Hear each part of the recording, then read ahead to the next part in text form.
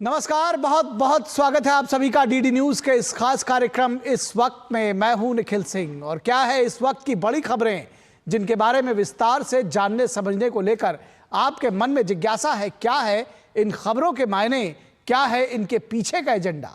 राहुल गांधी पर अदालत का जुर्माना तो हमलावर हुई है बीजेपी, आखिर क्यों, इस पर हम विस्तार से चर्चा करेंगे। साथ ही साथ विस्तार से चर्चा होगी दिल्ली में यमुना सफाई को लेकर। और दिल्ली में यमुना सफाई को लेकर दिल्ली सरकार ने मिशन मोड में काम शुरू किया है। कांग्रेस ने इसकी सराहना भी की है। तो क्या आम आदमी पार्टी भी छोड़ेगी अपने विरोध की सियासत।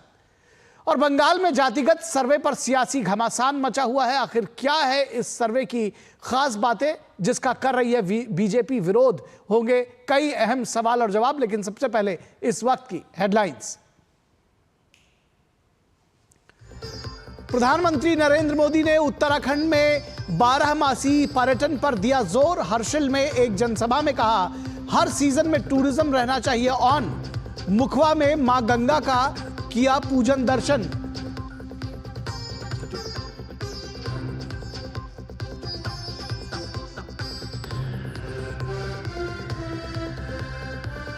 उत्तर प्रदेश के कौशाम्बी से बब्बर खालसा का आतंकवादी गिरफ्तार। जर्मनी में बैठे अपने आका और आईएसआई के संपर्क में था लाजर मसीह। पिछले साल पंजाब में न्यायिक हिरासत में हुआ था फरार।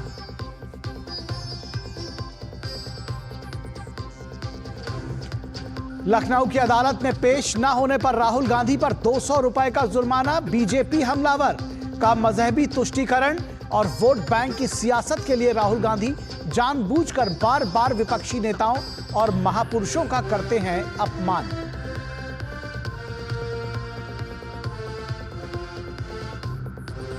तमिलनाडु में आबकारी मंत्री सेंथिल बालाजी और उनके समर्थकों के ठिकाने पर ईडी की छापेमारी। सेंथिल बालाजी पर वित्तीय धोखाधड़ी, भ्रष्टाचार और धन शोधन जैसे कई गंभीर आरोप।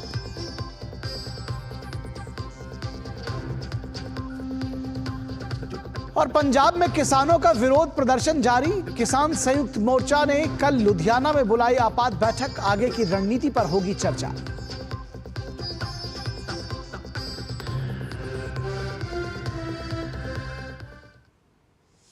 और इस वक्त में सबसे पहले बात करेंगे फिर अदालत के फेर में राहुल गांधी, तो आखिर क्यों हमलावर हुई बीजेपी।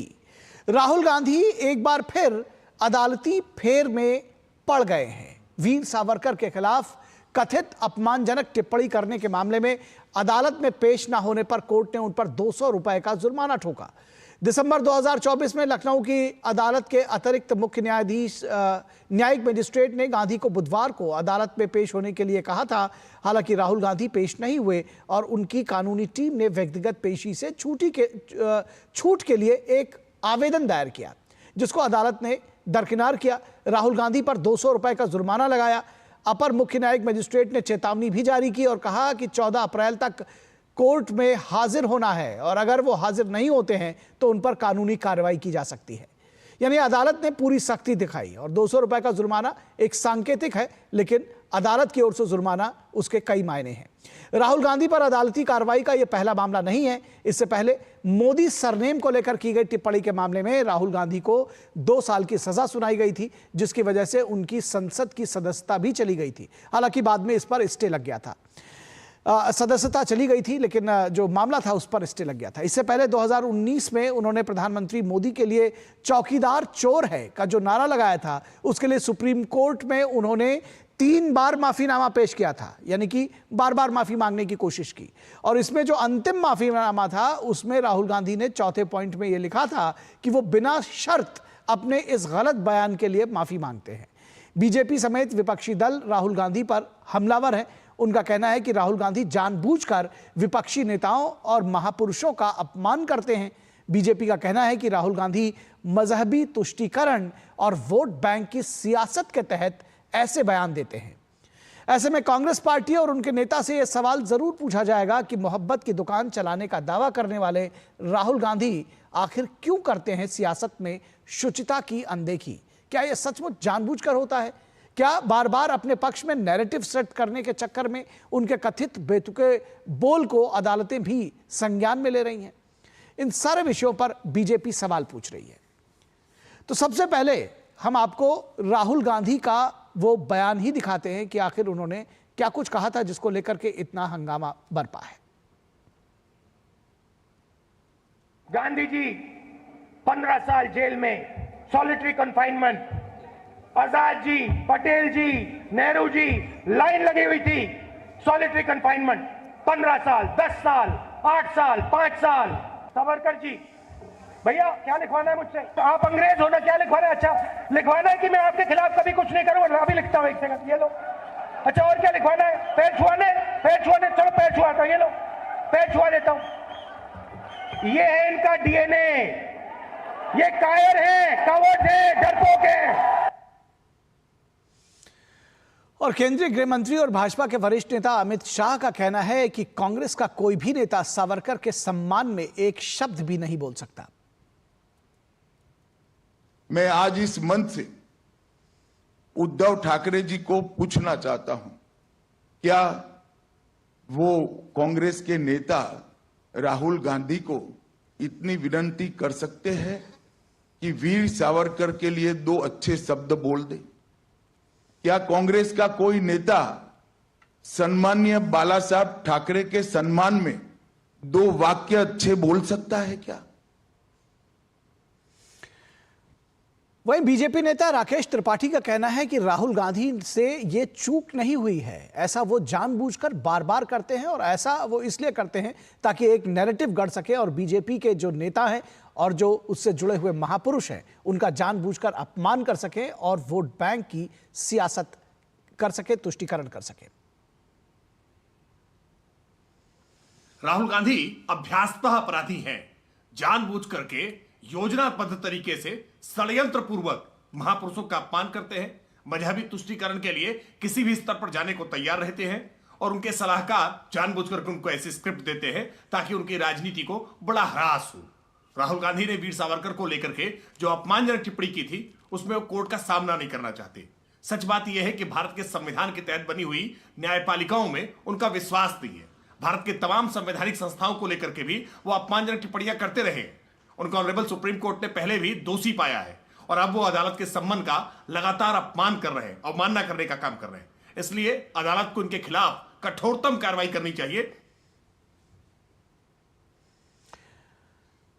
और इस पूरी खबर पर बातचीत करने के लिए हमारे साथ हमारे संवाददाता विकास सिंह लखनऊ से जुड़े हुए हैं। विकास, अदालत की जो कार्रवाई है वो तो हम लगातार देख रहे हैं और अदालतें इसके ऊपर कार्रवाई करती भी रही हैं। हमने देखा है कि चुनावों में जो बोल हैं वो नेताओं के बिगड़ जाते हैं, लेकिन बीजेपी का ये कहना है कि भाई ये एक बार 2 बार नहीं हुआ है, ये बार बार होता है और ऐसे में ये जानबूझकर एक नैरेटिव सेट करने के लिए और जो महापुरुष हैं उनका अपमान करने के लिए, बीजेपी के तमाम जो विपक्ष के जो नेता हैं उनका अपमान करने के लिए राहुल गांधी जानबूझकर बार बार ऐसा करते हैं। जी बिल्कुल, जानबूझकर बार बार करते हैं ऐसा इसलिए कहा जा सकता है क्योंकि कई बार ये सारे मामले अदालत में गए, कई बार इन्होंने माफ़ी मांगी और माफ़ी मांगने के बाद भी अगर दोबारा गलती हो जाती है तो वो गलती नहीं रहती है, वो जानबूझकर की हुई बात रहती है। चाहे वो राष्ट्र के नायकों की बात हो, चाहे वो आस्था के सम्मान की बात हो, ठेस पहुंचाने की बात हो, कांग्रेस पार्टी की तरफ से तो ऐसा किया ही जाता है। लेकिन इनके बड़े नेता राहुल गांधी जो कांग्रेस अध्यक्ष भी रह चुके हैं, इनके द्वारा एक परंपरा सी बन गई है हमेशा से राष्ट्र पुरुषों को, क्रांतिकारियों के खिलाफ बोलना और जो संविधान पर बैठे हुए उच्च पदों पर बैठे हुए लोग हैं उनके खिलाफ ऐसी टिप्पणी करना जो अशोभनीय है, जो समाज को स्वीकार्य नहीं है, किसी एक विशेष वर्ग को सीधे सीधे अपने निशाने पर रखना। राहुल गांधी लगातार ऐसे बयान देते रहे हैं और सुर्खियों में लगातार बने रहते हैं। नॉर्मली बड़ी बात की अगर बात करते हैं कि कांग्रेस का हश्र इसके बाद क्या हो रहा है ये जनता दिखा रही है, इसीलिए क्योंकि अगर आप कुछ जो बयान दे रहे हैं उस पर जो प्रतिक्रिया आती है आपको फाइनल उससे लाभ मिल रहा है या आपका नुकसान हो रहा है, ये सिद्ध होता जा रहा है। पूरे देश में चुनाव दर चुनाव होते जा रहे हैं और जो हाल होता जा रहा है वो बता रहा है कि आपकी जो विचारधारा है। हाँ विकास, असल में ये जानना चाह रहे हैं कि क्या ये उनकी जो व्यक्तिगत कटुता है बीजेपी नेताओं के प्रति वो बार बार परिलक्षित हो जाती है और उसको लेकर के किस तरह के जो सियासी असर है वो भी मैं आपसे समझना चाहूंगा, खासतौर पर उत्तर प्रदेश के हलकों में।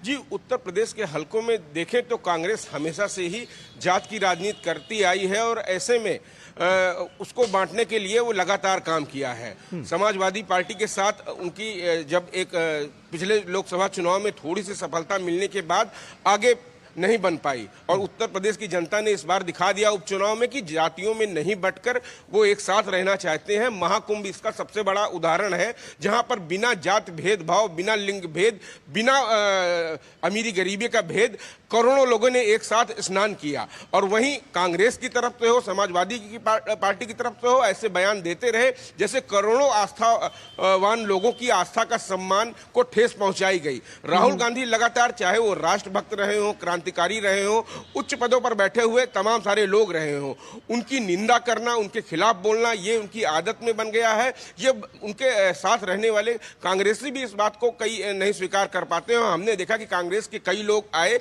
कई नेता आए और उन्होंने महाकुंभ में स्नान किया, लेकिन राहुल गांधी नहीं आए क्योंकि वो दर्शाना चाहते थे एक खास वोट बैंक को लेकर कि वो उन्हीं के साथ हैं। तो ये कांग्रेस की जातियों में बांटने की प्लानिंग रहती है, मजहब में बांटने की प्लानिंग, धर्म के आधार पर लोगों को बांटने की प्लानिंग रहती है और राष्ट्र पुरुषों में भी वो बांटने का काम करते हैं कि ये तुम्हारे, ये हमारे। जबकि राष्ट्र पुरुष तो पूरे राष्ट्र के होते हैं, पूरा राष्ट्र उनका सम्मान करता है, लेकिन राहुल गांधी के लिए सब अलग अलग हैं। ठीक है विकास, निश्चित तौर पर तो उसका सियासी असर भी होंगे जाहिर तौर पर, इसीलिए बीजेपी हमलावर भी है और बीजेपी बार बार इस बात को कहती रही है, सामने लेकर आती रही है कि राहुल गांधी की ये कोई पहली गलती नहीं है। प्रधानमंत्री को अपशब्द कहने के मामले में या ये कहा जाए कि गलत बोल के मामले में उनको सुप्रीम कोर्ट से भी एक बार वो माफ़ी मांग चुके हैं। विकास, मैं इसके जो दरअसल आपसे जो पॉलिटिकल रिपरकशंस हैं वो आपसे समझना चाह रहा था और मैं ये जानना चाह रहा था कि उत्तर प्रदेश के जो सियासी हलके हैं उसमें जो इस तरह की जब लगातार खबरें आती हैं कि जी राहुल गांधी पर जुर्माना हो गया, राहुल गांधी अदालत के फेर में दोबारा फंस गए हैं, इसका क्या असर आम जनता पर हो रहा है? देखिए, आम जनता पे जो असर होता है, आम जनता एक रहना चाहती है, वो लगातार इस बात का संदेश भी देना चाहती है।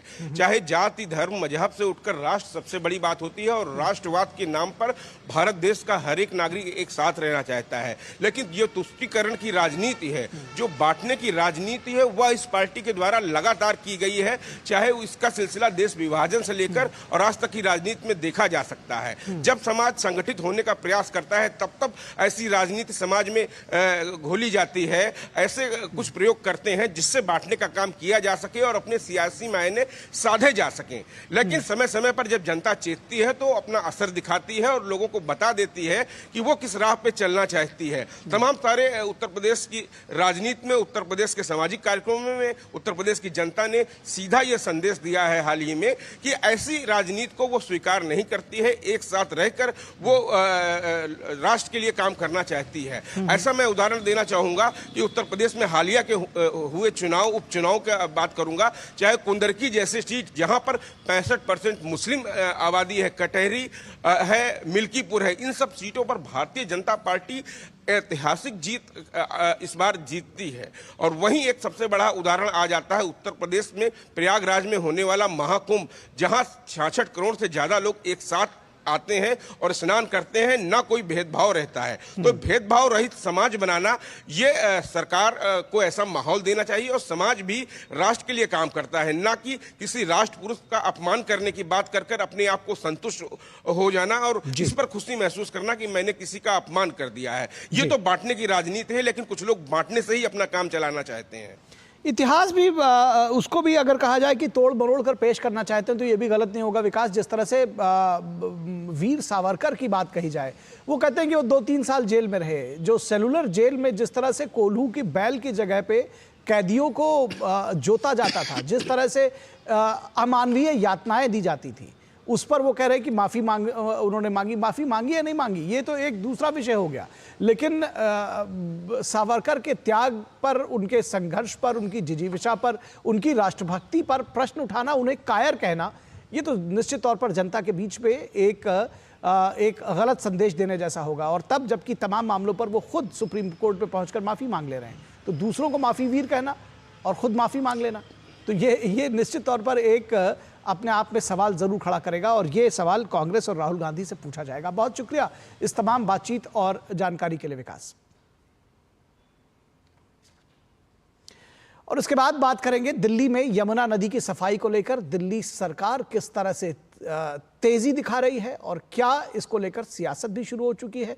क्या आम आदमी पार्टी रचनात्मक जो विपक्ष है उसका रोल निभाने के लिए तैयार है, इस पर हम चर्चा भी करेंगे, ये खबर भी दिखाएंगे। लेकिन रुकेंगे छोटे से ब्रेक के लिए, कहीं मत जाइएगा, जल्द हाजिर होंगे।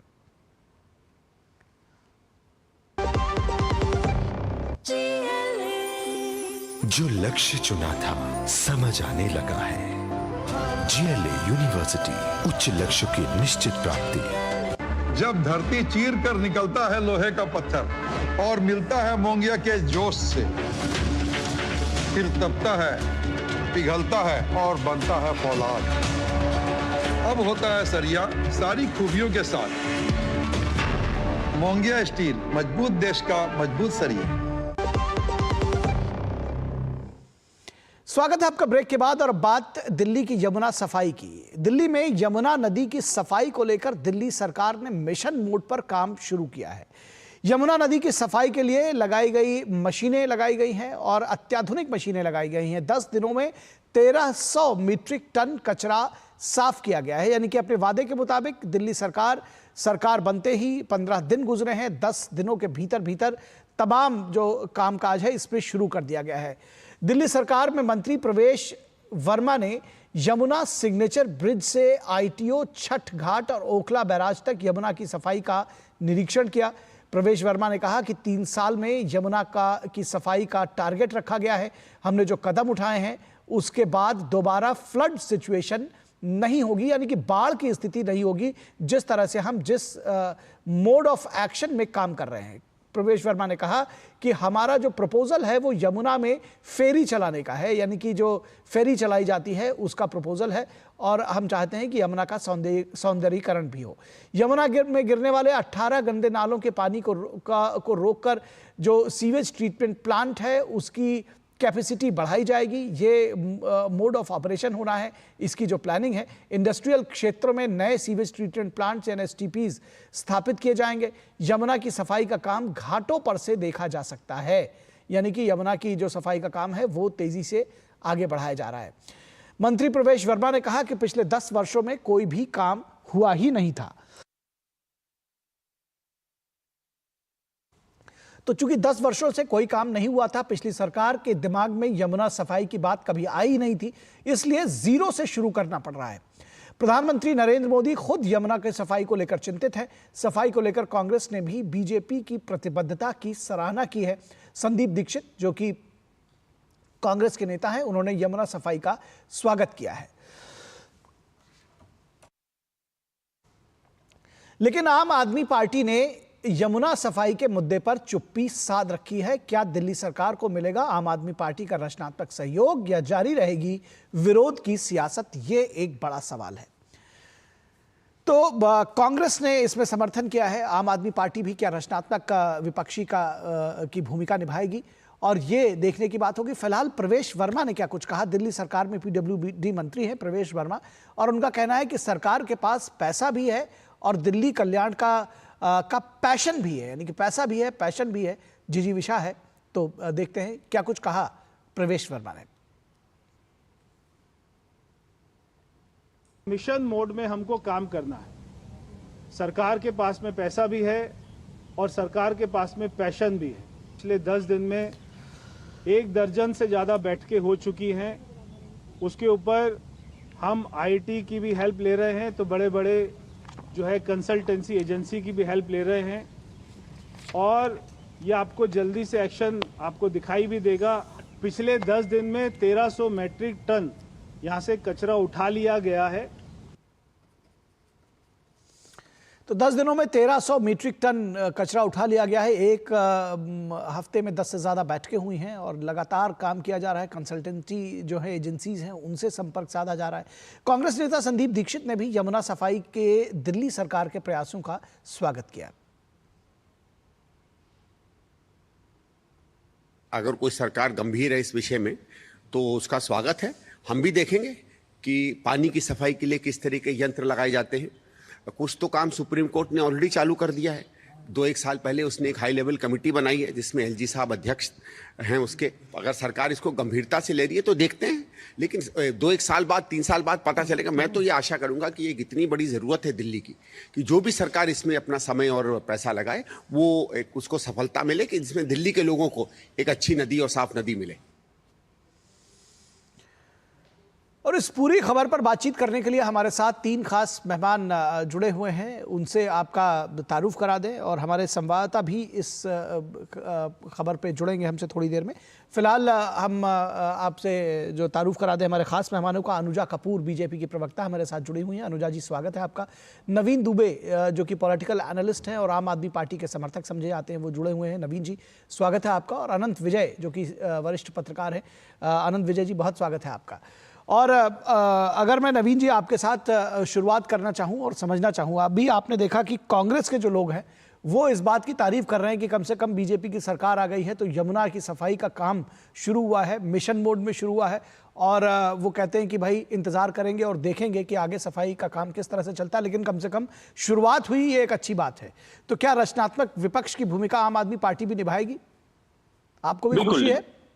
बिल्कुल निखिल जी, और निश्चित तौर पर ऐसा ही होना भी चाहिए। और आम आदमी पार्टी का मैं समझता हूं, जब उन्होंने पहली बार अपनी हार को स्वीकार किया था तो मुख्यमंत्री आपसे सामने आई तो उन्होंने कमिटमेंट भी किया था कि भाई दिल्ली की जनता के बेहतरी के लिए जो भी कदम सरकार उठाएगी, हम एक रचनात्मक विपक्ष होने के नाते एक बेहतर सहयोग के लिए प्रतिबद्ध हैं और सहयोग देंगे। और निश्चित तौर पर यमुना की सफाई एक ऐसा मुद्दा है कि जिस जो जीवनदायिनी है, आप देखिए दिल्ली के लोगों की जीवनदायिनी है यमुना। तो मैं नहीं समझता हूँ कि ये कोई राजनीतिक विषय है, ये एक सामूहिक विषय है। पिछली बार क्या था कि जो टकराव की स्थिति थी अब वो नहीं होगी, तो निश्चित तौर पर इसके परिणाम भी सकारात्मक आने अपेक्षित है और आने भी चाहिए। आप ये कहना चाह रहे हैं कि टकराव की स्थिति थी, आप भी करना चाहते थे और वो आप कर नहीं सके टकराव की वजह से? निश्चित तौर पर आप देखिए कि जो मशीनें एकदम से चुनाव के परिणाम आने के बाद यमुना में उतार दी गई, उससे पहले एलजी साहब फाइल ही साइन नहीं कर रहे थे, निकाल ही नहीं रहे थे। तो कहीं ना कहीं एक जो टकराव की स्थिति थी वो अब नहीं है। तो अब ये बहानेबाजी नहीं मिलेगी किसी को करने को। हम कहते हैं अगर आम आदमी पार्टी पर आरोप लगाते हैं आप लोग कुछ लोग कि भाई आम आदमी पार्टी तो करना नहीं चाहती, लेकिन अरविंद केजरीवाल की सहजता को मैं साधुवाद देता हूँ कि उन्होंने सामने आके कहा कि हमने कमिटमेंट किया था, हम इसमें सफल नहीं हुए। अरविंद केजरीवाल जी का तो मानना था कि भाई यमुना सफाई से वोट नहीं मिलते, इसलिए सफाई करने का नहीं, उन्होंने वो विषय अलग है, लेकिन उन्होंने एक चीज बड़ी ईमानदारी से स्वीकार की थी कि हाँ हम इसमें सफल नहीं हो पाए। तो ये चीज भी अगर कोई नेता आके कह रहा है इस बात को तो ये बड़ी चीज होती है। आपसे और रिएक्शन आगे लेंगे, आपसे और रिएक्शन आगे लेंगे, लेकिन ये सवाल जरूर उठता है कि जब इच्छा शक्ति नहीं होगी तो शुरुआत कहां से करेंगे? और ये तो बार बार खैर कि सेंटर नहीं करने दे रहा है, एलजी साहब नहीं करने दे रहे हैं, ये सारी बात है। लेकिन अगर अरविंद केजरीवाल कह रहे हैं कि यमुना सफाई से वोट नहीं मिलता है तो फिर उनकी जो प्रतिबद्धता है ये भी नवीन जी समझी जा सकती है। अनुजा कपूर के पास जाऊंगा। अनुजा कपूर, चुनौती बड़ी है लेकिन आपको करके दिखाना है। और साथ ही साथ इस बात को भी, ये जो आरोप अभी नवीन जी ने लगाया कि दरअसल वो भी करना चाहते थे लेकिन आप लोगों ने या एलजी साहब ने, केंद्र की सरकार ने करने नहीं दिया। जय श्री राम। पहले तो मैं सभी को साधुवाद देती हूँ और ये भी कहती हूँ कि सभी को बहुत बधाई। यमुना जी जो हमारी माँ है उनका पूर्ण जन्म हो गया है और इस सब में आप और मैं आने वाली छठ पूजा जो अब अगले साल में रहेगी उसमें हम लोग डुबकियां लगाएंगे और माँ यमुना को अब अपने हाथों से और अपने अंगों से वहां पर छू कर पूजा अच्छी तरह से कर पाएंगे। क्योंकि मुझे अच्छी तरह से ये याद है कि जब अभी छठ पूजा हुई थी तो मॉडर्न विधानसभा के अंदर अखिलेश त्रिपाठी हमारे यहाँ पर एमएलए थे, तो उन्होंने हमारे रामलीला पार्क के अंदर गड्ढा खुदवा कर टैंकों के पानी से वहां पे पूर्वांचलियों के लिए छठ पूजा करवाई। वो बहुत ही दुखद था मेरे लिए भी और सभी के लिए कि जिनकी आस्था को उन्होंने तहस नहस कर दिया। और आज जब हम भाजपा की बात करते हैं तो भाजपा वॉक द टॉक करती है। उन्होंने अभी कोई दूरों दूर कोई इलेक्शन नहीं है, दूरों दूर कोई छठ पूजा नहीं है, दूरों दूर कोई ऐसा कोई काम नहीं है, ना एमसीडी का कोई इलेक्शन है। ये पोल प्रॉमिस है जिसको कहते हैं पोल प्रॉमिस, जो हम लोगों ने जो कहा था कि हम करके दिखाएंगे कैबिनेट के बनते ही, और वही किया और हम वही करके दिखा रहे हैं। आज यमुना माँ भी वही हैं और हेडलाइंस आज चेंज हो गई हैं क्योंकि भाजपा आ गई है। तो जहां पर हम विकसित भारत की बात करते हैं, नेता, नेतृत्व और नियत की बात करते हैं, वहीं पर आज हम ये देखते हैं अपनी आंखों के सामने एक चमत्कार होते हुए देख रहे हैं। क्यों? वो इसलिए चमत्कार हो रहा है क्योंकि जब नियत आती है, एक अच्छी नियत के साथ भगवान का नाम लेकर, माँ यमुना का नाम लेकर जब हम काम करते हैं और पूजा अर्चना के साथ काम करते हैं, तो माँ भी आशीर्वाद देती है। आप देखिए कि मेरे भाई जो यहाँ बैठे हैं, उन्होंने कहा कि एलजी साहब काम करने नहीं देते। मुझे ऐसा लगता है कि ये बात बिल्कुल झूठ थी। एक वो कॉन्स्टिट्यूशनल पोस्ट है और उन्होंने, आप ये देखिए कि मोदी गवर्नमेंट ने 6856.91 करोड़ रुपया यमुना को साफ करने के लिए दिया है। इसको ये झुटला नहीं सकते। 2015 से ये गाना गाते रहे कि हम यमुना पर, इन्होंने गाने जरूर लिखे पर साफ ना कर पाए। आज जो जो पूर्वांचलियों का की आस्था को इन्होंने पैरों तले रौंदा, आज भाजपा ने उसको दिल से लगाया और सर माथे लगाकर आज हम काम कर रहे हैं। ये 10 दिन के अंदर हम आपको करके दिखा रहे हैं कि ये है भाजपा की कमिटमेंट। दिल्ली रह गई थी एक छोटी सी। आप देखिए कि जब हम देख रहे थे भारत का नक्शा देखते हो तो एक छोटा सा बीच में एक सफेद रंग का धब्बा दिखता था, आज वो भी भगवा रंग से पूरा खूबसूरत हो चुका है। आज हम सिर्फ इन्हीं चीजों पे बात नहीं करेंगे मेरे भाई, क्योंकि बात आती है लंबी और दूरों तक जाती है। क्योंकि जो दिल्ली में होता है वही पूरे देश में और विदेश में नजर आता है। भाजपा की नीयत नजर आ रही है कि रोहिंग्या और बांग्लादेशी भी अपना बोरिया बिस्तरा उठाकर भाग रहे हैं। तो ये इस विषय पर भी बात करेंगे। सिचुएशन है जी। जी, इस विषय पर भी बात करेंगे, लेकिन हमारे साथ हमारे संवाददाता गिरीश निशाना भी जुड़े हुए हैं, उनसे भी हम ताज़ा अपडेट लेंगे। लेकिन आनंद विजय जी, आपके पास आते हैं और हम समझने की कोशिश करेंगे कि क्या ये जो पूरा यमुना सफाई का मुद्दा रहा चुनावों के दौरान भी और अब इसके बाद भी, जैसा कि अरविंद केजरीवाल ने कहा कि चूंकि ये वोट नहीं बटोरता, और शायद यही मात खा गए अरविंद केजरीवाल, उनको लगा कि शायद इससे वोट नहीं मिलेंगे, इसलिए इसको साइडलाइन किया जा सकता है। मुझे लगता है कि अरविंद केजरीवाल जी के बयान को निखिल जी अगर आप आइसोलेशन में देखेंगे, वो उन्होंने बहुत सारे ऐसी चीजें कही जिनका कोई अर्थ नहीं है। मतलब वो कहकर न करने की उनकी जो परंपरा रही वो 10 वर्षों में दिल्ली की जनता ने देखा, और 11 वर्षों के बाद उन पर लोगों का यकीन कम हो गया। उन पर जो यकीन का कोशंट था वो इतना कम हो गया कि वो सत्ता से बाहर हो गए। अभी हमारे मित्र दुबे जी कह रहे थे कि कम से कम उस नेता में साफ गोई और ईमानदारी है।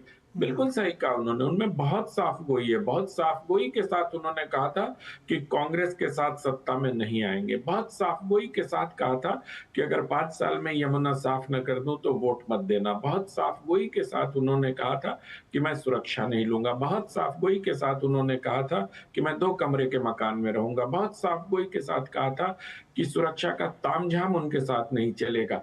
तो ये इतनी सारी साफ गोइयों को अगर एक साथ मिलाकर आप देखेंगे तो उस साफ गोई की हकीकत आपको पता चलेगी कि दरअसल केजरीवाल जी ने पिछले 11 वर्षों में जो कहा वो उन्होंने बिल्कुल नहीं किया। वो लोगों को, अच्छा खास तौर पर 2020 से 2025 तक में तो दिल्ली की जनता ये प्रतीक्षा करती रही कि कहाँ काम हो रहा है, कहाँ सड़कें बन रही हैं, कहाँ पानी आ रहा है, कहाँ नल से जल आ रहा है। बल्कि केंद्र की जो योजनाएं दिल्ली की जल में लागू होकर वहां की जनता को लाभ पहुंचा सकती थी, उसको भी किसी न किसी प्रकार से बाधित किया गया।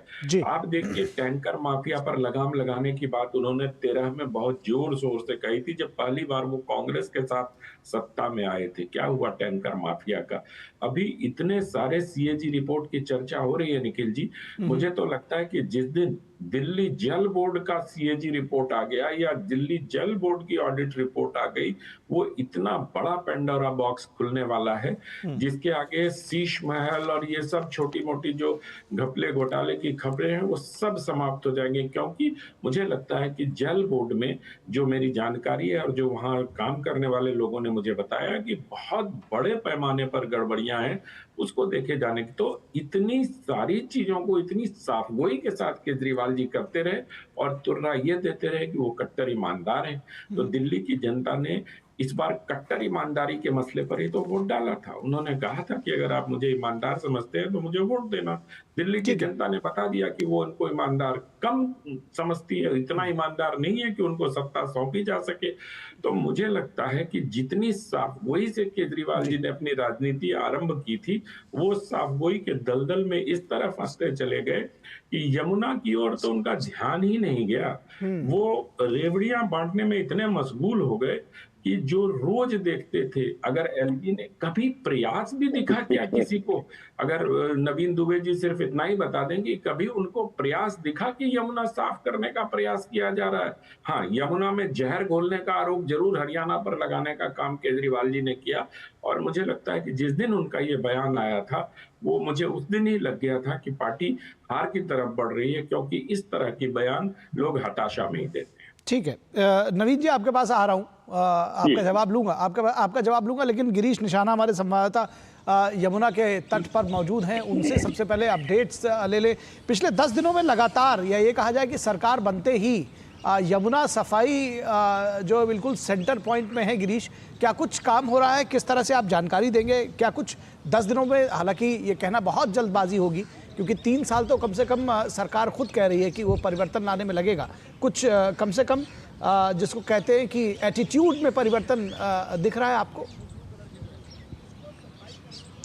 देखिए निखिल, मैं आपको बताना चाहूँगा क्योंकि प्रधानमंत्री नरेंद्र मोदी ने एक चुनावी रैली में कहा था कि एक सबसे बड़ा काम करना है, यमुना माँ को साफ करना है, दिल्ली शहर की नदी को साफ करना है। आप इस बात का अंदाज़ा लगा सकते हैं, जैसे ही भाजपा की सरकार जीत कर आई, उसके साथ ही दिल्ली के अंदर जो मशीनें हैं वो यमुना नदी में देखने को मिली। करीब 10 दिनों का समय हो चुका है और 10 दिनों से लगातार जो है यहाँ सफाई चल रही है यमुना नदी में। यमुना नदी के अलग अलग इलाकों में सफाई चल रही है। करीब 1300 मीट्रिक टन कूड़ा निकाला जा चुका है। मेरे कैमरा सहयोगी से कहूंगा कि वे दृश्य दिखाएं, जहां देख सकते हैं 10 दिन पहले भी मैं आपके साथ यहां पर लाइव के अंदर खड़ा था, वो तस्वीरें दिखा रहा था जब यहां पर मशीनें लगी हुई थी और पूरी तरह से यहां पर सफाई करने में जुटी हुई थी। लेकिन अभी आप देख सकते हैं किस तरह से यमुना नदी के अंदर जो है पानी पूरी तरह से स्थिर दिखाई दे रहा है। पहले के मुकाबले थोड़ी बेहतर यमुना नदी लग रही है। पहले 10 दिन पहले जब हम यमुना नदी के किनारे पे खड़े थे तो बहुत ज्यादा बदबू मार रही थी यमुना नदी, लेकिन आज ये कह सकते हैं कि हम यहां आराम से खड़े हुए हैं और आपसे बातचीत कर पा रहे हैं। तो देख सकते हैं कि किस तरह का नजारा इस समय यमुना नदी का है। लोग यहां पर काफी संख्या में नदी को देखने के लिए भी पहुंच रहे हैं, क्योंकि लोगों के अंदर काफी उत्साह हो गया है, दिल्ली वासियों के अंदर, कि किस तरह की यमुना नदी हो चुकी है, किस तरह से उसमें परिवर्तन आ रहा है। तो वाकई में दिल्ली के अंदर यमुना नदी के अंदर बहुत परिवर्तन आ रहा है। धीरे धीरे आप देख सकते हैं पूरा मेरे दाहिनी ओर जो है मथुरा रोड की तरफ को ये यमुना नदी जा रही है। लेकिन इस समय जो है यमुना नदी बिल्कुल कहें कि पहले के मुकाबले बहुत ज्यादा फर्क पड़ गया है, बहुत कहीं ना कहीं साफ दिखाई देने लगी है। हालांकि थोड़ी बदबू कम हो गई है यमुना नदी के अंदर, लेकिन 1300 मीट्रिक टन कूड़ा निकाला गया है, एक बड़ी बात है। हालांकि जो पीडब्ल्यूडी मंत्री हैं और जो जल मंत्री हैं दिल्ली के प्रवेश वर्मा, उन्होंने भी कल यमुना नदी का दौरा किया था। बोट क्लब से बैठकर वो ओखला बैराज तक गए थे और वहां से वापस यहाँ पर यमुना घाट पर पहुंचे थे और उन्होंने यहाँ मीडिया वालों से बातचीत करते हुए साफ कहा था, जब मीडिया कर्मियों ने उनसे बातचीत की कि हर साल दिल्ली के अंदर यमुना नदी के अंदर बाढ़ जैसी स्थिति बन जाती है, तो क्या इस बार किस तरह की स्थिति देखने को मिलेगी? तो उन्होंने साफ कह दिया कि इस बार दिल्ली के अंदर यमुना के अंदर बाढ़ जैसी कोई स्थिति नहीं बनेगी। आप यहां मेरे पीछे देख भी सकते हैं, उन्होंने इस बात का जिक्र किया कि जो गेट हैं जितने भी जहां पर ये पानी को रोका जाता था बैराज के ऊपर, उनको पूरी तरह से साफ कर दिया गया है, क्योंकि कहते हैं नीयत होनी चाहिए करने की। हालांकि केजरीवाल सरकार के अंदर कहा जाता था कि जो आईटीओ के बैराज हैं वो खुल ही नहीं रहे हैं, लेकिन देखिए इस समय यमुना नदी पर जो है आईटीओ के ऊपर जो नीचे जितने बैराज हैं वो खुले हुए हैं, उनके गेट खुले हुए हैं और जो पानी है वो आसानी से आर पार होता हुआ दिखाई दे रहा है यमुना नदी का। और यमुना नदी का पानी पहले जिस तरह से दुर्गंध मार रहा था, अंदर बहुत कमी आई। ठीक है गिरीश, आपकी बात आ गई। नदी है बहुत जी गिरीश, आपने विस्तार से दिखाया यमुना नदी का वो पाट और किनारा भी दिखाया। जिसको शायद इसके पहले हम सब जितने भी लोग दर्शक भी जो देख रहे हैं वो भी, और जो पैनल में हमारे साथ मेहमान जुड़े हैं उन्होंने भी देखा होगा। नवीन जी, आपको नहीं लगता है कि लोगों की भावनाओं को शायद अगर पहले समझा होता तो बेहतर काम कर पाते? Now you have missed the bus. नहीं, देखिए ऐसा है निखिल जी, अभी अनुजा जी जो बोल रही थी कि वहां विधायक जी ने गड्ढा खुदवा के और कृत्रिम तालाब बनवा के किया, उत्तर प्रदेश, नोएडा उत्तर प्रदेश में आता और योगी जी की सरकार 7 साल से है। पूरे नोएडा के अंदर कमोबेश स्थिति यही है। अब अनुजा जी आप बताइए, निंदा करेंगी या तारीफ करेंगी? भाजपा की ही सरकार है उत्तर प्रदेश में। मैं नोएडा की बात करूं आपको रेफर करने के लिए कि आप लोग कुछ भी बोल देते हो, ये भी ध्यान में रखा करिए कि अगर आप एक उंगली उठा रहे हो तो 4 उंगलियां आपकी तरफ आ रही हैं, पहली चीज। दूसरी चीज आती है अनंत विजय जी की। अनंत जी ने जो बातें कही, मैं उसमें एक ही बात कहूंगा कि केजरीवाल ने जितने वादे किए और जो भी किया उसमें महज 2% वोटों का अंतर आया और भारतीय जनता पार्टी की सरकार बनी, कोई दिक्कत नहीं है। दूसरी चीज आती है कि देश के प्रधानमंत्री ने कितने बड़े बड़े वादे किए थे भाई, उनको कैसे लेंगे? आप तो कहते हैं मोदी की गारंटी, और मोदी की गारंटी पूरा होने की गारंटी है। अब तो 8 मार्च आ रही है, तो ओपनली बोला है प्रधानमंत्री जी ने। कंपटीशन में है, तो आप लोग कंपटीशन में है, आप लोग कंपटीशन में कि वो नहीं पूरा करेंगे तो हम भी नहीं करेंगे, मतलब आप यही कहना चाह रहे हैं? देश का शीर्ष नेतृत्व जब इमली के पत्ते पे गुलाटी मार जाता है, झूठ बोल देता, तो और क्या हो सकता भाई भारत के अंदर? प्रधानमंत्री ने कहा था 2 करोड़ रोजगार सालाना देंगे, कहां गए भाई? कहीं नहीं दिखाई दे रहे हैं। आज की तारीख में महंगाई पर आपने अंकुश लगाएंगे, डॉलर प्रधानमंत्री की उम्र से ऊपर जा रहा है, आज डॉलर कहां पहुंच गया? नदी की सफाई पर बात करनी नहीं रह गई आपके पास? भाई साहब नवीन जी, नदी की सफाई पर बात करने को नहीं रह गया? नहीं, वो बोलेंगे, मतलब मैं यही समझना चाह रहा हूँ। आप बोलिए, लेकिन कम से कम ये क्लियर रहे ना सभी को, दर्शकों को भी, पैनलिस्ट को भी, कि आपके पास नदी की सफाई पर अब बात करने को नहीं रह गया, केजरीवाल जी को डिफेंड करने को कम से कम कुछ नहीं रह गया, और ये सब्सटेंस भी नहीं रह गया जो अभी अनुजा जी ने आपके ऊपर आरोप लगाया था। सुनिए ना, मुझे लगा, मैं सच बताऊं, मुझे लगा कि शायद आप उस आरोप का उत्तर देंगे। नवीन जी सुन तो लीजिए, मुझे लगा आप उस आरोप का उत्तर देंगे जिसमें अनुजा जी ने कहा कि आपने कभी इच्छा शक्ति जताई होती या कुछ काम किया होता तो एलजी साहब मदद भी करते। तो आप शायद, मुझे लगा कि अभी आप बताएंगे कि देखिए फला डेट्स पे हमने ये काम करने की कोशिश की थी लेकिन हमें मदद नहीं मिली केंद्र की ओर से, तो आप तो दूसरी ओर चले गए। अलादीन का चराग तो था नहीं एलजी के पास, जो गैस की मशीनें आ गई थी, इसका मतलब सरकार ने प्रिक्योर की थी, एलजी उसको अलाउ नहीं कर रहे थे। अच्छा, ये आप स्वतः संज्ञान में ले रहे हैं कि अलाउ नहीं किया गया होगा, जब आपके नेता खुद कह रहे हैं कि यमुना की सफाई से कोई फायदा, कोई वोट बैंक नहीं मिल रहा है, तो ये आप खुद सोच रहे हैं कि एलजी साहब ले आए हैं तो वो उनको रोका गया होगा, आप ऐसा सोच रहे हैं? इसका मतलब आपकी बात ये मान लें निखिल जी कि केवल वोटों के लिए यमुना की सफाई की जा रही है, वोट निकालने के लिए यमुना की सफाई। ये आरोप तो आपके ऊपर है, ये आरोप तो आपके ऊपर है कि चूंकि वोट नहीं मिलने थे इसलिए आपने सफाई नहीं की, और वही मैंने पूछा कि now you have missed the bus. नहीं, यमुना की सफाई जनहित का विषय है, वोटों से क्या लेना देना भाई? ये तो जरूरी है, नितांत आवश्यक कार्य है, एलजी ने नहीं होने दिया। अब एलजी की भी उनका है, सरकार भी उनकी, करें ना काम। ठीक है, बहुत अच्छा। लेकिन मैं इससे पहले और चीजों का जवाब दें, अनुजा कपूर, मैं आपसे ये भी जानना चाहूंगा कि कितना बड़ा चैलेंज है, क्योंकि ये जरूर है कि आप लोगों ने एक राजनीतिक इच्छा शक्ति दिखाई है और काम करने की शुरुआत की है, but it's not a cake walk, बड़ा काम है। Yes, it is not a cake walk, but we walk the talk. इतना फर्क है। It is not a cake walk, but we walk the talk. मेरे भाई यहाँ बैठकर जिस हिसाब से बड़े बड़े गाने गाते हैं, ये गाने कांग्रेस के टाइम पर भी गाए होते, तो समझ में आता है कांग्रेस के टाइम पर भी एलजी साहब रहे हैं, और उस टाइम पर भी मैं ये इतना कहना चाहती हूँ, यमुना सरकार में भी कांग्रेस रही है, केंद्र में यमुना वही की वही है। अच्छा, मैं चाहूंगा नवीन जी अपनी बारी में सब बोले। नवीन जी अपनी बारी में सब बोले। नवीन जी आपके पास दोबारा आऊंगा, नवीन जी दोबारा आऊंगा आपके पास, अपनी बारी में सब बोले। और बीच में मैं एक चीज और जोड़ दूं कि मैं एक चीज अनुजा जी, एक चीज और जोड़ दूं। नवीन जी अपनी बारी में सब बोलेंगे, एक चीज और जोड़ दूं कि कांग्रेस ने इस प्रयास की सराहना की है, ठीक है? तो आप कम से कम उनको तो मत लेकर आइए, इसलिए मैं कुछ कह भी नहीं रहा। ठीक है जी, मैंने आपको यही तो कहा कि क्या उस टाइम पर, कांग्रेस के टाइम पर भी तो एलजी साहब थे, तो क्या यमुना की जो हालत केंद्र में अनुजा जी कांग्रेस की सरकार थी, केंद्र में भी कांग्रेस थी, एलजी थे, तो कांग्रेस की सरकार, आपको पता ही कुछ नहीं है। मुझे बड़ी दिक्कत होती है जब वरिष्ठ लोग इस तरीके के इस गरिमा नहीं समझ पाते, और यही दिक्कत अरविंद केजरीवाल की भी रही कि वो अपनी गरिमा नहीं समझ पाए। और आज झूठ तक बोले जा उन्हीं के रही हो, स्पोक्सपर्सन हम भी बोलेंगे इसी नहीं। तरीके से ही बात अरे करते भाई आए हैं। अपडेट करिए, उन्हें ये निखिल जी इनको मालूम है अपडेट कि कराइए भाजपा कि जब वहाँ इस कांग्रेस वक्त की उनको सरकार थी, नकार केंद्र में भी रही है। कांग्रेस की, अरे दिल्ली अभी में भी आपके पास कांग्रेस आएंगे तो अपडेट करा लीजिएगा, क्यों जरूरी है उनके ऊपर से ऊपर बोलना? कुछ भी बोले जाएंगे तो अरे ठीक है, अभी आपने क्या क्या जाने, आपने जाने क्या क्या प्रधानमंत्री मोदी को कहा, उन्होंने बहुत धैर्य के साथ सुना, वो बीच में आपको टोकने लगी क्या? नहीं ना, तो जब नहीं बोली ये इस तरह से मत चलाइए कि ऊपर बोलते रहे। अभी आपकी बारी में आएंगे और आप ये भी समझ लीजिए कि आप जो बीच में बोल रहे हैं वो आप अपनी बारी में बोल रहे हैं।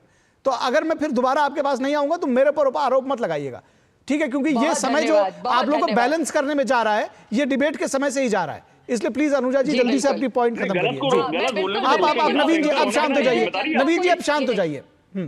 जी देखिए, मैं जनता को यही दिखाना चाहती हूँ, यही जनता का प्यार था। आज ये बार बार मोदी जी के लिए बहुत कुछ बोल गए, पर मोदी जी को बार बार चुनकर वही जनता लाती है। बड़ा ऐठे मारकर बोलते थे ना, हमें 3 बार लाया, 3 बार लाया, 3 बार लाया। 240 मात्र। अब ऐसे चपेट पड़े हैं कि ना तो ये है ना ये, और ये कहाँ भाग गए?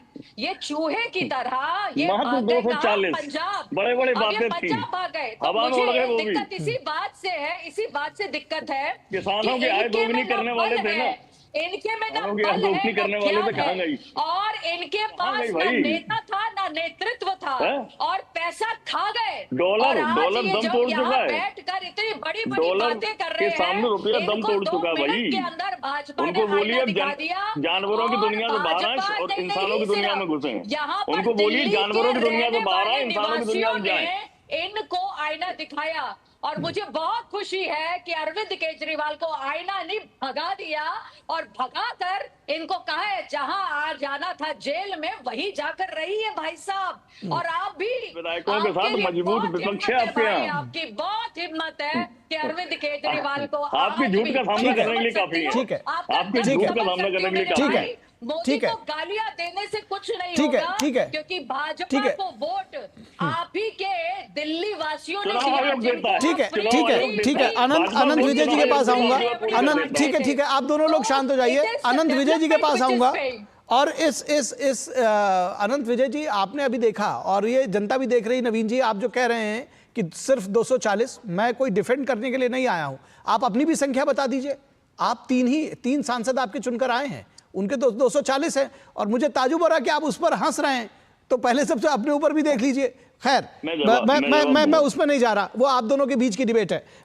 लेकिन मुझे चूंकि ध्यान आया कि आप किस बात पे हंस रहे हैं। 3 सांसद आपके हैं, 240 उनके हैं, और आप उन पे हंस रहे हैं कि सिर्फ 240 लाए। आप हंस रहे हैं कि सिर्फ 240 लाए। खैर, लेकिन चलिए अनंत विजय जी, मैं ये समझना चाहता हूं, आनंद विजय जी, मैं ये समझना चाहता हूं कि क्या ये जो पूरा दिल्ली सफाई का, माफ कीजिएगा, यमुना की सफाई का ये जो पूरा मुद्दा है, किस तरह से ये लोगों के साथ भी जुड़ा हुआ है, और इस बात को समझने में आम आदमी पार्टी ने जो गलती की उसका पश्चाताप उसको करना होगा। निखिल जी, आपके प्रश्न पे मैं आऊं उसके पहले एक वाक्य कहना चाहता हूं कि जहां अज्ञान का आनंद हो वहां बुद्धिमान होना मूर्खता है। अभी मैं सुन रहा था, सुनील दुबे जी बड़ी बड़ी बातें करके अनुजा कपूर जी को कह रहे थे कि दोनों जगह कांग्रेस की सरकार थी। वो ये भूल गए कि शीला जी जब पहली बार मुख्यमंत्री बनी थी और उसके बाद लंबे समय तक अटल जी प्रधानमंत्री थे, और उसके बाद शीला जी ने काम कराया था। तो इसीलिए मैंने कहा कि जहां अज्ञानता का आनंद हो वहां बुद्धिमान होना मूर्खता है। इसलिए मैं अब आगे बढ़ता हूं, अब आपके प्रश्न पे आता हूं। आपने अपने प्रश्न में ये कहा कि कितना संवेदनशील, देखिए यमुना और गंगा हमारे मतलब बहुत भावनात्मक रूप से जुड़ा हुआ है ये। मैं इसको सिर्फ पूर्वांचलियों से, क्योंकि जो सनातन पद्धति है, सनातन में प्रकृति जो है वो हमारे स्वभाव से जुड़ता है। प्रकृति हमारे जिंदगी का हिस्सा है। आप देखिए कि विवाह के पहले पेड़ से विवाह कराया जाता है लड़की का। तो ये सारे प्रतीक हैं। इसका ये मतलब नहीं कि वो वर चुन लेती है उस पेड़ को, लेकिन उसको उसी तरह हिफाजत करने की सीख हमें हमारा सनातन देता है। तो यमुना की अनदेखी करना बहुत महंगा पड़ गया। और अभी लोग कह रहे हैं कि एलजी ने नहीं करने दिया। अरे शीला जी के समय शीला जी कम से कम प्रयास करती दिखती थी, यहाँ तो कोई प्रयास करता भी नहीं दिखता था। और बात हो रही थी कि नोएडा और उत्तर प्रदेश में भी यमुना प्रदूषित है। आप जाके उसके क्लोरोफिन की मात्रा यमुना की आगरा में देख लीजिए और उसके बाद नोएडा में देख लीजिए, उसके बाद आगे और उत्तर प्रदेश में देख लीजिए, तो आपको पता चल जाएगा। लेकिन अब क्या है कि हमें कभी समाजवादी पार्टी के वो बन के उसको डिफेंड करना है, कभी आम आदमी पार्टी के ये बन के उसको डिफेंड करना है, तो उसमें क्या होता है ना, हम ऑब्जेक्टिविटी से दूर चले जाते हैं। हमारा जो प्रिज्म होता है वो कभी समाजवाद का प्रिज्म हो जाता है, कभी आम आदमी का प्रिज्म हो जाता है। तो ऐसे में हम उस फैलेसी के शिकार हो जाते हैं, जिसके शिकार हमारे कई सारे मित्र हो जाते हैं और उसका सार्वजनिक तौर पर प्रदर्शन भी करते हैं। मेरा सिर्फ इतना कहना है निखिल जी कि यमुना जिस संवेदनशीलता की मांग करता था, भारतीय जनता पार्टी उसकी ओर उन्मुख दिखाई दे रही है, रेखा गुप्ता की सरकार।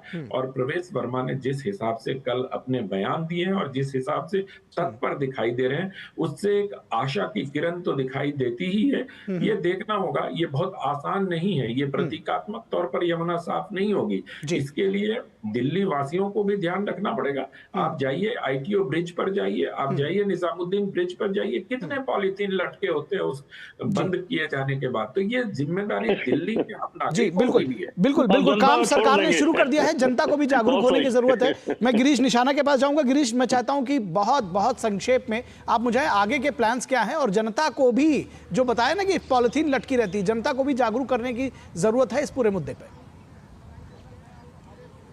जी बिल्कुल निखिल, आपने ठीक कहा। इसमें न केवल सरकार की ज़रूरत है बल्कि जो दिल्ली की जनता है उसको भी जागरूक होने की ज़रूरत है, क्योंकि लोग जिस तरह से अपना कुछ कूड़ा कचरा यमुना नदी में डाल देते हैं, उससे बचने की ज़रूरत है। हालांकि जो दिल्ली सरकार है वो पूरी तरह से इसमें मुस्तैद दिखाई दे रही है। अभी केवल यमुना नदी का जो कचरा है उसको उठाने का काम किया जा रहा है। अब अगला कदम जो होगा वो सीवरेज पर होगा और जो नाले की डिसिल्टिंग है उस पर अगला फोकस करने जा रही है दिल्ली सरकार कि किस तरह से उसको ट्रीट करके इसमें डाला जाए। तो बहुत अच्छा कह सकते हैं कि आने वाला जो समय है दिल्ली वासियों के लिए बहुत अच्छा होगा। और जिस तरह से कहा गया है कि यमुना के अंदर अगले 3 सालों के अंदर ये एक पर्यटन का एक स्थल बन जाएगा, तो वाकई में लग रहा है कि ये पर्यटन का स्थल देखने को मिलेगा। चलिए, उम्मीद करते हैं कि पर्यटन का स्थल बने। बहुत शुक्रिया गिरीश आपका भी, और इस उम्मीद के साथ आप सभी को मैं शुक्रिया कर रहा हूं, अनुजा जी आपको भी, नवीन जी और आनंद जी को, कि ये सचमुच संवेदनशील मुद्दा है जिस तरह से आनंद जी ने कहा, और इस पर सबको साथ मिलकर काम करने की जरूरत है। बहुत शुक्रिया आप तीनों का। और यहां रुकेंगे एक छोटे से ब्रेक के लिए, और ब्रेक के बाद जब वापस लौटेंगे तो बात होगी पश्चिम बंगाल की सियासत की। ब्रेक के लिए रुक रहे हैं।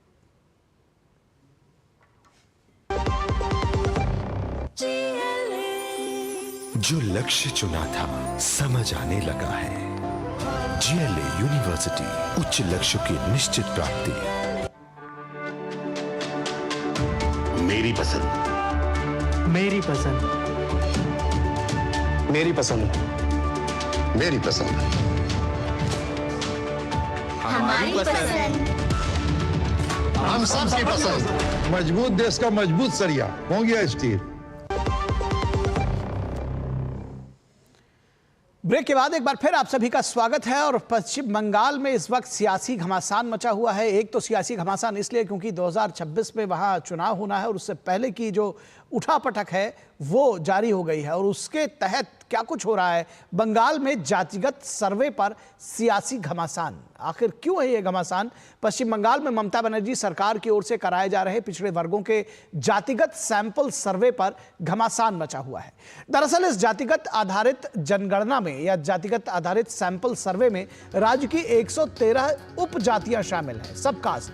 लेकिन केंद्र सरकार की ओबीसी श्रेणी के तहत सूचीबद्ध लोगों को इससे बाहर रखा गया है। विशेष रूप से वर्गीकृत लोगों में से 88.49% मुस्लिम समुदाय से, यानी कि ओबीसी का सर्वे किया जा रहा है जिसमें से 88% से ज्यादा मुस्लिम के सबकास्ट से। और यही बीजेपी के विरोध का प्रमुख कारण भी है। ओबीसी की सूची में मुस्लिमों को शामिल कर उन्हें प्रमाण पत्र दिए जाने के मामले को कलकत्ता हाईकोर्ट पहले ही खारिज कर चुका है, आपको याद होगा। और ऐसे में बीजेपी का आरोप है कि टीएमसी सरकार जाति आधारित सर्वे कराकर सांप्रदायिक भेदभाव को बढ़ाना चाहती है।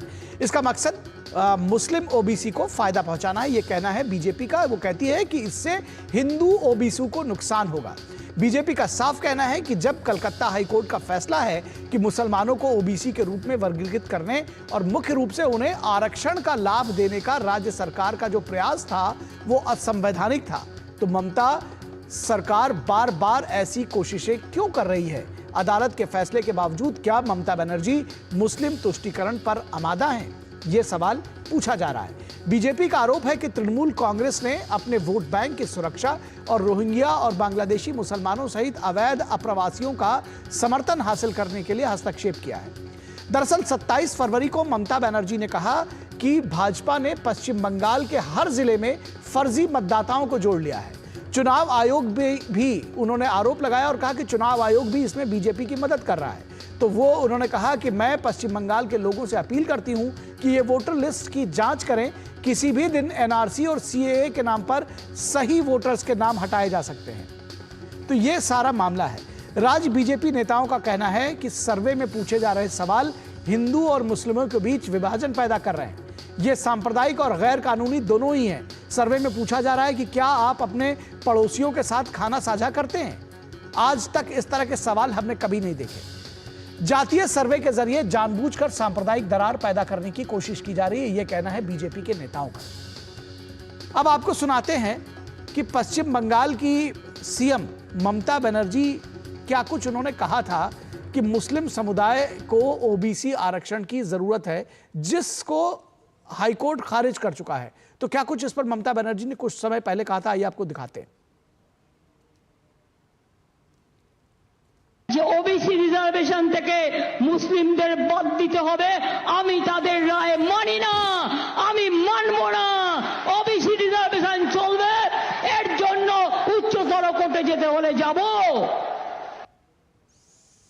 ममता बनर्जी कह रही है ओबीसी का रिजर्वेशन जो है मुस्लिम्स को देंगे, वो हम मानेंगे नहीं। पश्चिम बंगाल में बीजेपी के राज्य महासचिव जगन्नाथ चट्टोपाध्याय का कहना है कि मुस्लिम आरक्षण का मामला पहले ही सुप्रीम कोर्ट में लंबित है, बीजेपी इस पर नजर बनाए हुए है। हिंदू एवं मुसलमानेर এই বিভাজন রেখাকে আরো স্পষ্ট করা এবং এই জাত সমীক্ষার মাধ্যমে আসলে মুসলিম সমাজের কাছে আরো বেশি করে কোনো সুযোগ সুবিধা পৌঁছে দিয়ে বিরাট সংখ্যক হিন্দু ওবিসিদের বঞ্চিত করাই মাননীয়ার মূল উদ্দেশ্য। और बंगाल भाजपा के वरिष्ठ प्रवक्ता सामिक भट्टाचार्य जी ने ममता बनर्जी पर विभाजन की सियासत करने का आरोप लगाया है। मुख्यमंत्री राजनीति विभाजনের রাজনীতি। মুখ্যমন্ত্রীর একমাত্র ভরসা হচ্ছে পশ্চিমবঙ্গের 30% মুসলিম ব্লক ভোট। তার জন্য যাবতীয় তোষণ চলেছে। এবার হিন্দু ওবিসিদের থেকে তাদের অধিকারকে কেড়ে নিয়ে মুসলিমদের পাইয়ে দিতে হবে, এইটা তিনি ভোটের আগে মুসলমানদের বোঝাতে চাইছেন। আমাদের বক্তব্য যে মুসলমান আর কতদিন মুসলমান হয়ে থাকবে।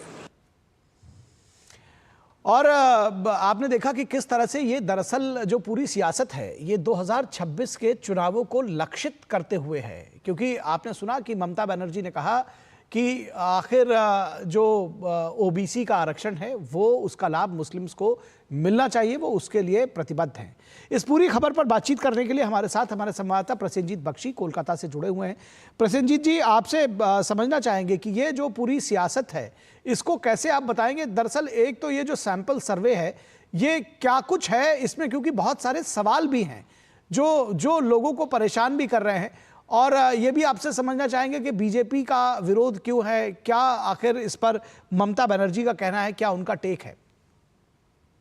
देखिए, बीजेपी की तरफ से ये आरोप लगाया गया और आरोप अगर सही है, उन बीजेपी की तरफ से डॉक्यूमेंट सामने रखकर ये आरोप लगाया गया कि चुनाव के पहले इस तरह से जब सुप्रीम कोर्ट के सामने केस है, अभी 18 मार्च को इसका सुनवाई है आगे का, तो उसके पहले इस तरह से बेंचमार्क सैंपल सर्वे बोल के वो जो 113 जो सबकास्ट को इंक्लूड किया गया उसमें करीब 90%, जैसे आपने कह रहे थे कि 88 पॉइंट समथिंग, ये सिर्फ मुसलमान सबकास्ट है जिनका ये सैंपल सर्वे करने के लिए हर एक डिस्ट्रिक्ट और जो एसएसपी है और मजिस्ट्रेट है उनके पास ये ऑर्डर भेजा गया है। ये बीजेपी का आरोप है और बीजेपी इसका जो डॉक्यूमेंट है वो दिखा के ये सवाल उठाया है कि जिस तरह से एक तो है कि जो बीजेपी की तरफ से आरोप लगाया जा रहा है कि हिंदू ओबीसी को अपने जो मिलना चाहिए था उससे उनको दरकिनार करके सिर्फ मुसलमानों को देना, ये फिलहाल एप्लीकेशन बेंच के सामने भी साबित हो चुका है, इसीलिए 2011 से जितने सारे ओबीसी सर्टिफिकेट है सब खारिज कर दिया गया। अभी केस जैसे मैंने बताया कि 18 मार्च को सूचित है। तो इसमें बीजेपी का कहना है कि जो जो सवाल रखा गया है वो सवाल भी बंगाल के लिए काफी दर्दनाक है। जैसे एक सवाल तो आपने बताया कि किसी समाज में किसी पड़ोसी के साथ खाना साझा किया जाता है कि नहीं, या ये सवाल भी है कि आपको जो वहां पे ग्रामीण टैप वाटर है या पानी लेने की जो जगह है वहां से आपको पानी लेने दिया जाता है कि नहीं, या आपको गांव में किसी जो सामाजिक किसी जगह पे त्योहार या बाकी कुछ, जैसे किसी का शादी है, किसी का बाकी कुछ है, तो उसमें आपको निमंत्रण दिया जाता है कि नहीं, या आप जहां पे रहते हो उस जगह में सिर्फ आप ही लोग रहते हो, मतलब आप अगर मुसलमान की खास किसी सबकास्ट की हो तो उस जगह क्या सिर्फ मुसलमान की वही सबकास्ट रहते हैं या मिला जुला के सब लोग रहते हैं। ये तरह तरह की सवाल है, जिसमें ये 3-4 सवाल मुझे याद है जो बीजेपी की तरफ से बताया गया था, और बाद में मैं डॉक्यूमेंट में भी देखा कि इस तरह के सवाल है। तो ये सवाल बीजेपी का कहना है कि काफी बंगाल के लोगों के लिए शर्मनाक है, और ये कोशिश सिर्फ अदालत को उंगली दिखाकर अदालत के सामने जब केस निलंबित है या पेंडिंग है उसके पहले इस तरह की ऑर्डर करना, ये संविधान के विरोधी है, ये अदालत की तौहीन है। तो ये बीजेपी का आरोप है, और जो डॉक्यूमेंट आप भी दिखा रहे हो, वो डॉक्यूमेंट से पता चलता है कि अगर ये सारे डॉक्यूमेंट सही है तो बीजेपी का आरोप भी सही है, और वो काफी अच्छा, मैं बहुत संक्षेप में चाहूंगा कि जो टीएमसी है या जो ममता बनर्जी की सरकार है वो क्या पक्ष पे इसके अपने तर्क या दलीलें दे रही है?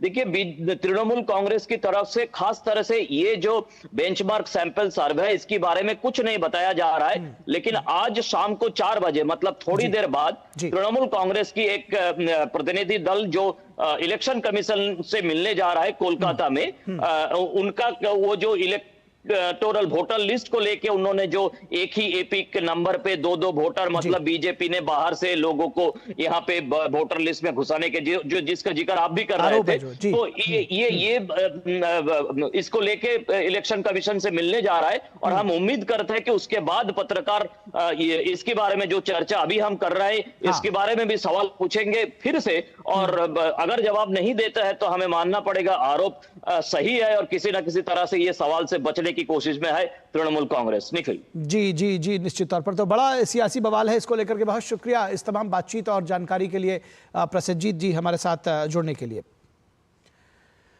तो इस वक्त में बस इतना ही, इजाजत दीजिए, नमस्कार।